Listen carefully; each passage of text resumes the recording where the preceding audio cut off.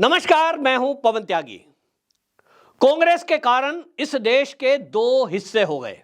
1947 में दो लोगों की महत्वाकांक्षा ने इस भारत माता के दो टुकड़े कर दिए।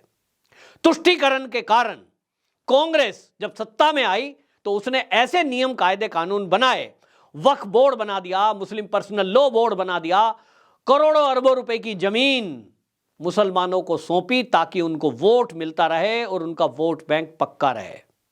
लेकिन हद देखिए कि मुस्लिम तुष्टीकरण की पराकाष्ठा में यह कांग्रेस इस कदर डूबी रही कि इनका तुष्टीकरण पाकिस्तान के बैठे हुए मुसलमानों के लिए भी देश की आजादी के बाद 75 साल तक जारी रहा।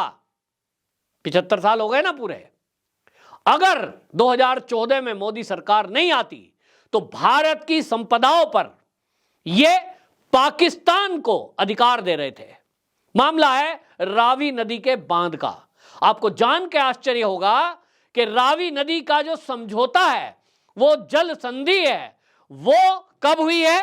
तो आपको बता दूं कि वो जो संधि है वो हुई थी 1960 में। वर्ल्ड बैंक की देखरेख में एक संधि होती है 1960 में, और उसमें तय होता है कि जो सिंधु जल संधि है, इसके तहत रावी नदी के जल पर भारत का पहला अधिकार होगा। तय हो गया कि हमारा अधिकार है, हमारा पानी वो पाकिस्तान में नहीं जाएगा। बंटवारा हुआ, वर्ल्ड बैंक के देखभाल में हुआ। उस नदी का उद्गम हिमाचल प्रदेश से है, रोहतांग दर्रे से।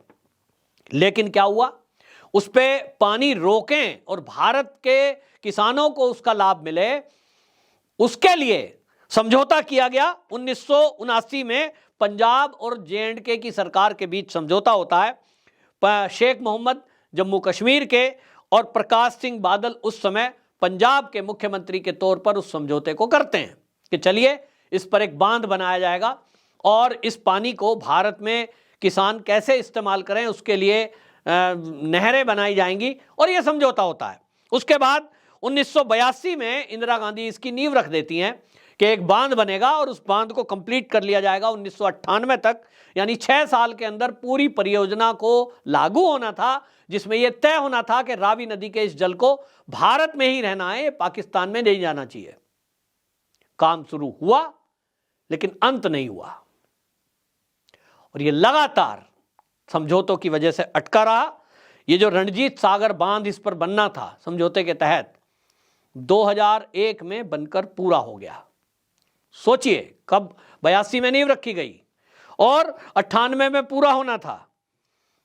पूरा कब हुआ है? 2001 में। यह है कांग्रेस के काम करने का तरीका।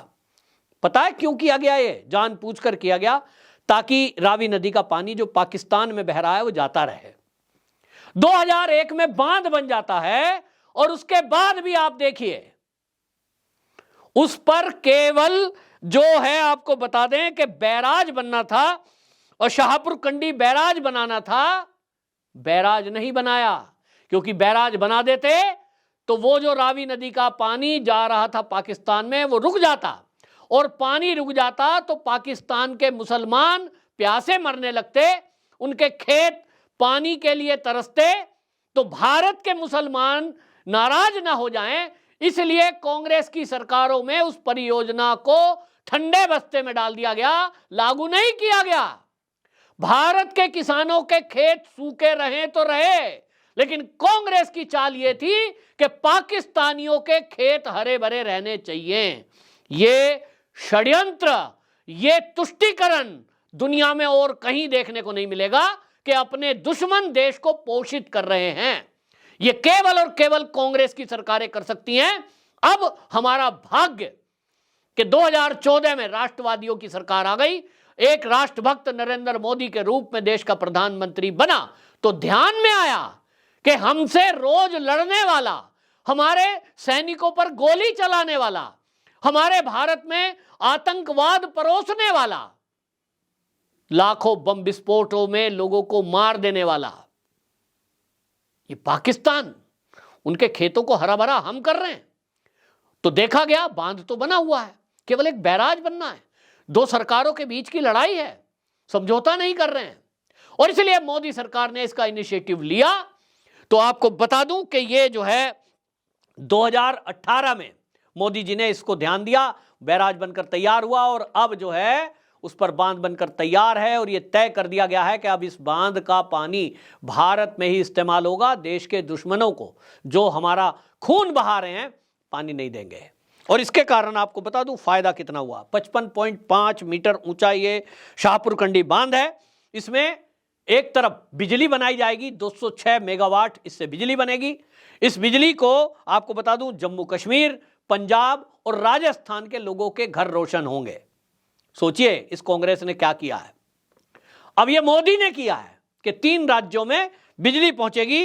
वहीं आपको बता दें कि 32,000 हेक्टेयर भूमि इस जल से सिंचित हो सकेगी। भारत के किसान भूखे मर रहे हैं, आत्महत्याएं कर रहे थे, पानी नहीं मिल रहा है और हमारा पानी पाकिस्तान में जा रहा है। कितना काम करना था, थोड़ा उस पर ध्यान देना था, लेकिन कांग्रेस तो देगी नहीं, क्योंकि भाई उसको तो मुस्लिम तुष्टीकरण चाहिए। मुस्लिम तुष्टीकरण इस कदर है कि उनको लगता है कि वोट ना खिसक जाए। तो हमने देखा है कई मौके ऐसे आए हैं और पाकिस्तान में तो कांग्रेसियों की तो वीडियो वायरल हुई हैं कि किस तरह से मणिशंकर अय्यर और बाकी नेता वहां जाकर के वो कह रहे हैं साहब हमारी सरकार बनवा दो किसी तरह। उनसे रिक्वेस्ट कर रहे हैं। कैसे बनवाएंगे वो? या वोट डालने के लिए पब्लिक भेजेंगे? उनकी वोट है क्या पाकिस्तानियों की? नहीं, इनके पास एक ही फॉर्मूला है, लोगों को दंगे में लड़ाओ, हिंदू मुस्लिम दंगा करा दो, बम विस्फोट करा दो, तब फिर कांग्रेस को वोट मिल जाएगी। वो कहेंगे आरएसएस वाले दंगा कराते हैं। आरएसएस कहीं दंगा नहीं करती। राष्ट्रीय स्वयंसेवक संघ नाम का जो संगठन है 1925 में जिसकी स्थापना हुई, 1925 से लेके और 2014 तक कांग्रेस सत्ता में रही है, अगर अटल जी का टाइम छोड़ दे तो। और इस पूरे टाइम में कांग्रेस ने पूरी ताकत झोंक दी कि वो राष्ट्रीय स्वयंसेवक संघ के अंदर कोई कमी ढूंढे, उसको भ्रष्टाचारी बताए, उसको आतंकवादी बताए, दंगा कराने वाली बताए, और उसके ऊपर आपातकाल के दौरान बैन भी लगाया गया।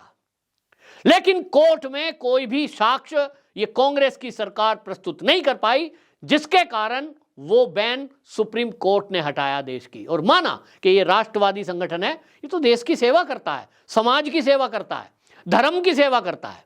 दंगे से इसका कोई लेना देना नहीं है। आपके द्वारा लगाए गए आरोप सब झूठे और निराधार हैं। तब ये बार बार कहते हैं एक ही शब्द। आप राहुल गांधी की यात्रा देख रहे हैं, आरएसएस आरएसएस उसके मुंह पे है। वो आप देख लो, कहेगा सेना में आरएसएस भर रखा है। वो अग्निवीर योजना का विरोध कर रहा है, कुछ और तो मिला नहीं, आरएसएस वाले भर्ती कर रहे हैं। शासन में आरएसएस वाले बैठे। एक सूत्री कार्यक्रम है कि किसी तरह आरएसएस के विरुद्ध नफरत फैलाओ। तो मोदी को भी आरएसएस का स्वयंसेवक कहकर ये दुष्प्रचार करने में लगे थे कि आरएसएस का स्वयंसेवक अगर मुख्यमंत्री बन गया, मंत्री बन गया, प्रधानमंत्री बन गया तो देश के मुसलमानों को खा जाएगा, यानी मार देंगे, यानी भगा देंगे। और इसलिए फर्जी आंदोलन खड़े किए गए। सीएए में आप सब जानते हैं कि देश के किसी भी एक सिंगल मुसलमान को यहां की नागरिकता खत्म नहीं होनी थी। 3 देशों के हिंदुओं को, अल्पसंख्यकों को यहां नागरिकता मिलनी थी। लेकिन इस कांग्रेस ने किस तरह झूठ बोलकर लोगों को सड़कों पे बिठा दिया, आंदोलन कराए, दंगे करा दिए। यही है कांग्रेस। अब इसका चरित्र देखें। मोदी सरकार आई है तो विकास के काम कर रही है। आज जम्मू कश्मीर में विकास की बयार बह रही है। जम्मू कश्मीर के किसानों को अब पानी भी मिलेगा, जम्मू कश्मीर के किसानों को अब बिजली भी मिलेगी, और यह सब देंगे मोदी। ये हुआ है। अब इसके कारण पाकिस्तान में खलबली मची हुई है, लेकिन मोदी है तो सब कुछ मुमकिन है। कांग्रेस बौखलाई हुई है और इसीलिए दंगा फसाद कराना चाहती है। कांग्रेस के बड़े युवराज हर बार विदेश यात्रा जाते हैं और विदेश से जब लौट कर आते हैं, हर बार यहां कोई ना कोई बड़ा दंगा फसाद, धरना प्रदर्शन होता है। क्या यह महज संयोग है या ये एक सोचा समझा प्रयोग है? ये तलाशने में हमारे देश की गुप्तचर एजेंसियां लगी हैं। जानते आप भी हैं, समझता मैं भी हूं, लेकिन जब तक साक्ष्य ना हो बोल नहीं सकते। और इसीलिए ये बड़े शातिर लोगों से पाला पड़ा हुआ है मोदी जी का। मोदी जी कोशिश में लगे हैं। उम्मीद करिए कि 2024 का जो ये चुनाव है, लोकसभा चुनाव निपटने दीजिए, इन सब का भी हिसाब मोदी जी जरूर करेंगे। मुझे उम्मीद है, और आप तब तक धैर्य बनाए रखिए और इतना करिए कि ये राष्ट्रवादी सरकार को एक बार फिर से लाइए, जो तुष्टीकरण नहीं करती, जो कोई वोट बैंक समझकर किसी के लिए काम नहीं करती, सबका साथ, सबका विकास, सबका विकास, सबका प्रयास का नारे के साथ चल रही है। और ये मोदी जी ने करके दिखाया है।